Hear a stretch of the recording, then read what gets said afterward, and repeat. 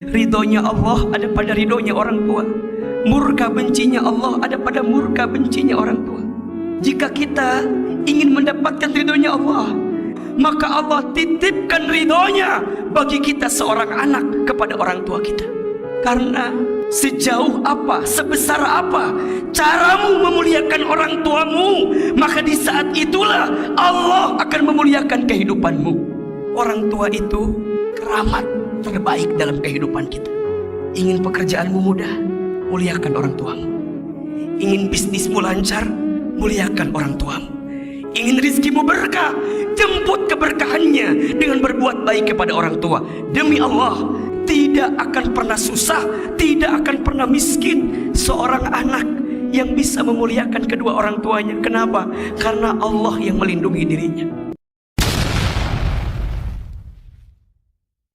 Hadirin yang dirahmati Allah, dalam sebuah hadis yang diriwayatkan oleh Al-Imam Al-Bukhari, disebutkan di sana sahabat Abdullah bin Mas'ud berkata, aku pernah bertanya kepada Nabi Muhammad SAW.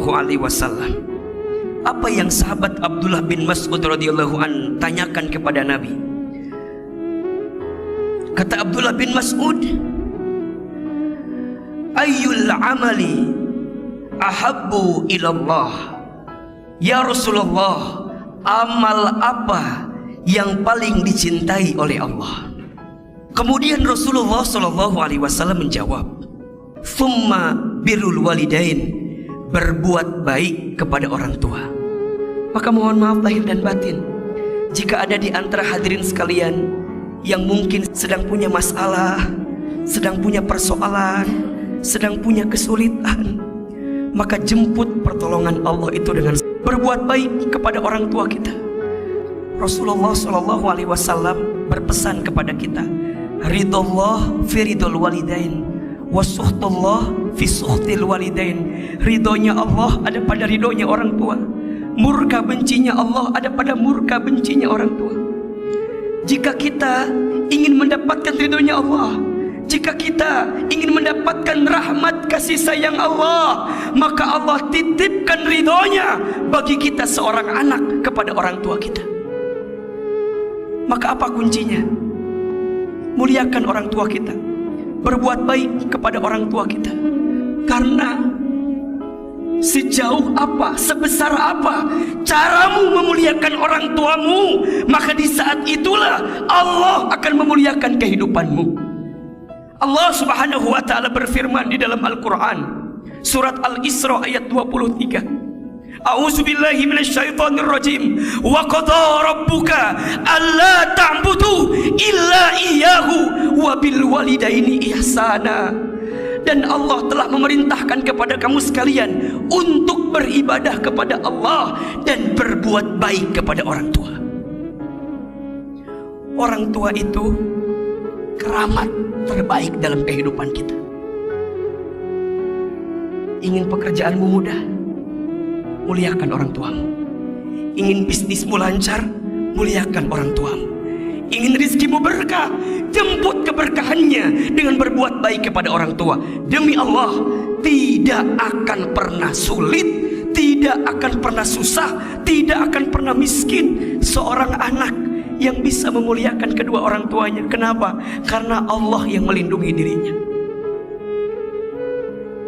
Bahkan disebutkan dalam hadis yang lain, apa kata Nabi SAW? Rogi manfu, rogi manfu, rogi manfu. Celaka menyesal, celaka menyesal, celaka menyesal. Siapa? Mereka yang masih bertemu dengan kedua orang tuanya, baik salah satunya ataupun keduanya, tapi mereka tidak bisa mendapatkan surga. Kenapa? Karena mereka lupa untuk berbuat baik kepada orang tuanya. Maka hadirin yang dirahmati Allah, jika kita masih punya orang tua, hormati mereka, muliakan mereka. Wabil khusus ibu kita. Kenapa Ustadz? Iya, satu kali ada seorang sahabat yang bertanya, ya Rasulullah, kepada siapakah aku harus berbuat baik? Rasul menjawab, ummuka kepada ibumu. Kemudian ummuka kepada ibumu.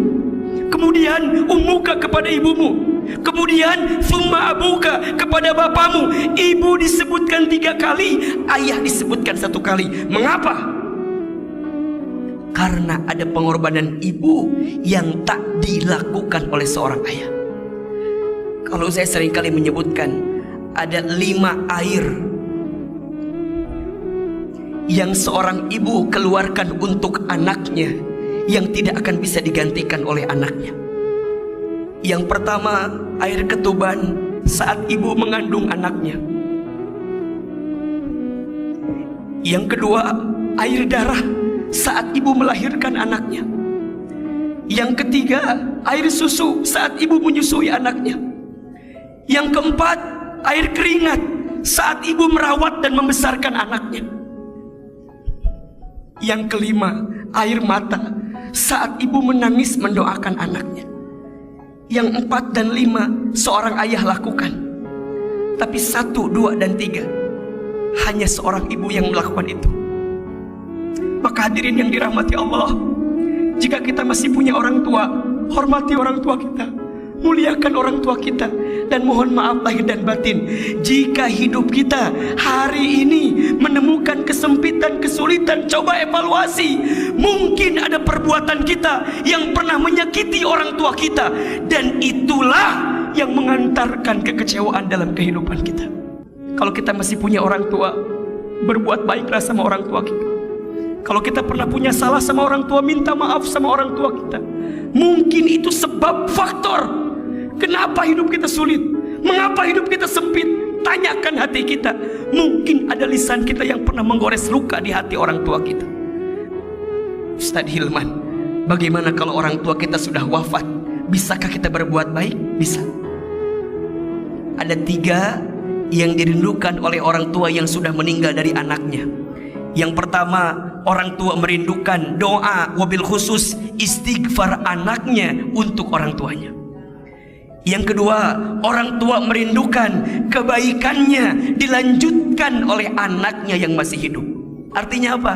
Orang tua ingin sekali anaknya soleh, orang tua ingin sekali anaknya baik.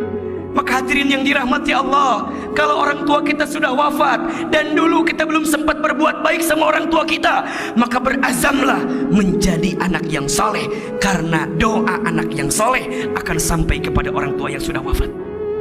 Dan yang ketiga, orang tua merindukan sedekah anaknya yang diniatkan untuk orang tuanya. Kalau kita dilebihkan hartanya, silahkan kita berinfak, bersedekah, niatkan untuk orang tua kita.